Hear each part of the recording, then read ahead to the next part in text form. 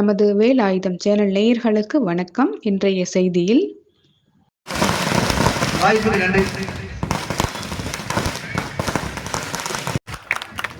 கேப்டனின் புகழ், கேப்டனின் புகழ், கேப்டனின் புகழ், வீரநாச்சியார் அம்மையார் முதற்கண் வணக்கத்தை தெரிவித்துக் கொண்டு எங்களுடைய வீரநாச்சியார் ஜான்சி ராணி உலகமே போற்றக்கூடிய கேப்டன் அவர்கள் நெஞ்சிலையும் அவர் கொடுத்த மூவர்ண கொடிய கையிலையும் சுமந்தனே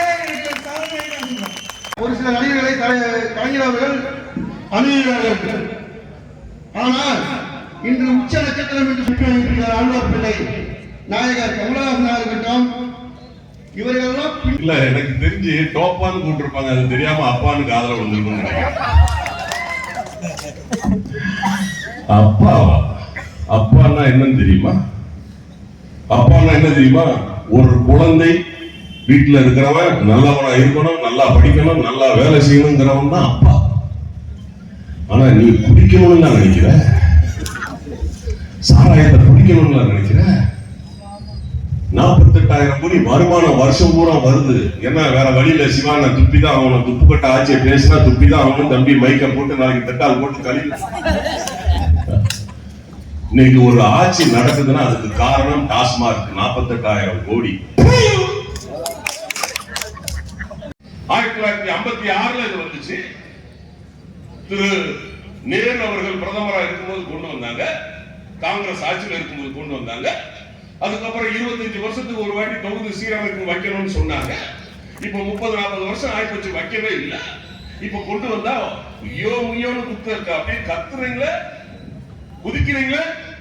அதான் உள்துறை அமைச்சர் அமித்ஷா வந்து சொல்லிட்டு போயிட்டாரு, நாங்க தமிழ்நாட்டில் தொகுதியை குறைக்கலன்னு. அப்புறம் திரும்ப துள்ளி குதிச்சுட்டு இருக்கிறீங்க. ஏன் அப்படின்னா வேற ஏதோ டைவர்ட் பண்றது. இப்படிதாங்க இவனுங்க பண்ணுவானுங்க, திமுக காரனுங்க இப்படித்தான் பண்ணுவாங்க.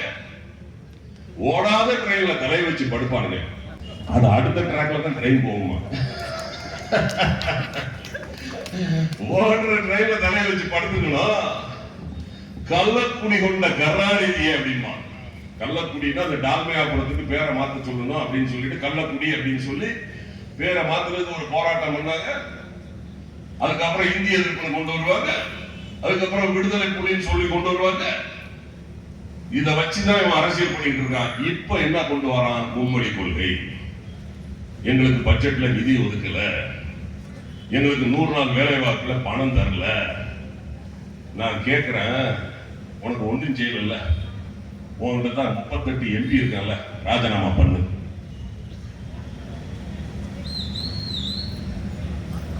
ராஜினாமா பண்ணு. நீ ஆம்பளையா இருந்தா காவேரி நீர் வரலன்னு சொல்லி 37+1 17 கிட்டத்தட்ட 54 MP வந்து ராஜினாமா பண்ணாங்கல்ல ஜெயலலிதா அம்மா. அந்த அம்மா தைரியசாலி. யாரை ஏமாத்திட்டு இருக்கிற நீ? யாரை ஏமாத்திட்டு இருக்கிற? ராஜினாமா பண்ண.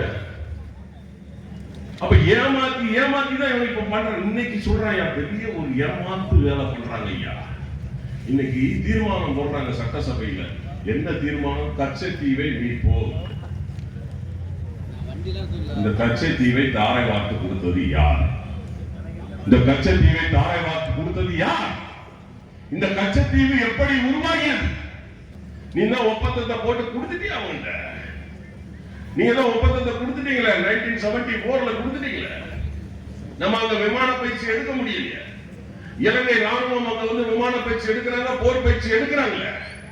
அப்புறம் யார நீ நாடகம் மாறுற? கச்சத்தீவு தீர்மானம். அப்போ ஏமாத்து வேலை தான் பண்ணிட்டு இருக்கிறாங்க. நேயர்கள் அனைவருக்கும் வணக்கம். இந்த வேலாயுதம் சேனலை சப்ஸ்கிரைப் பண்ணாதவங்க உடனே சப்ஸ்கிரைப் பண்ணுங்க. மறக்காம உங்க ஃப்ரெண்ட்ஸுக்கு ஷேர் பண்ணுங்க.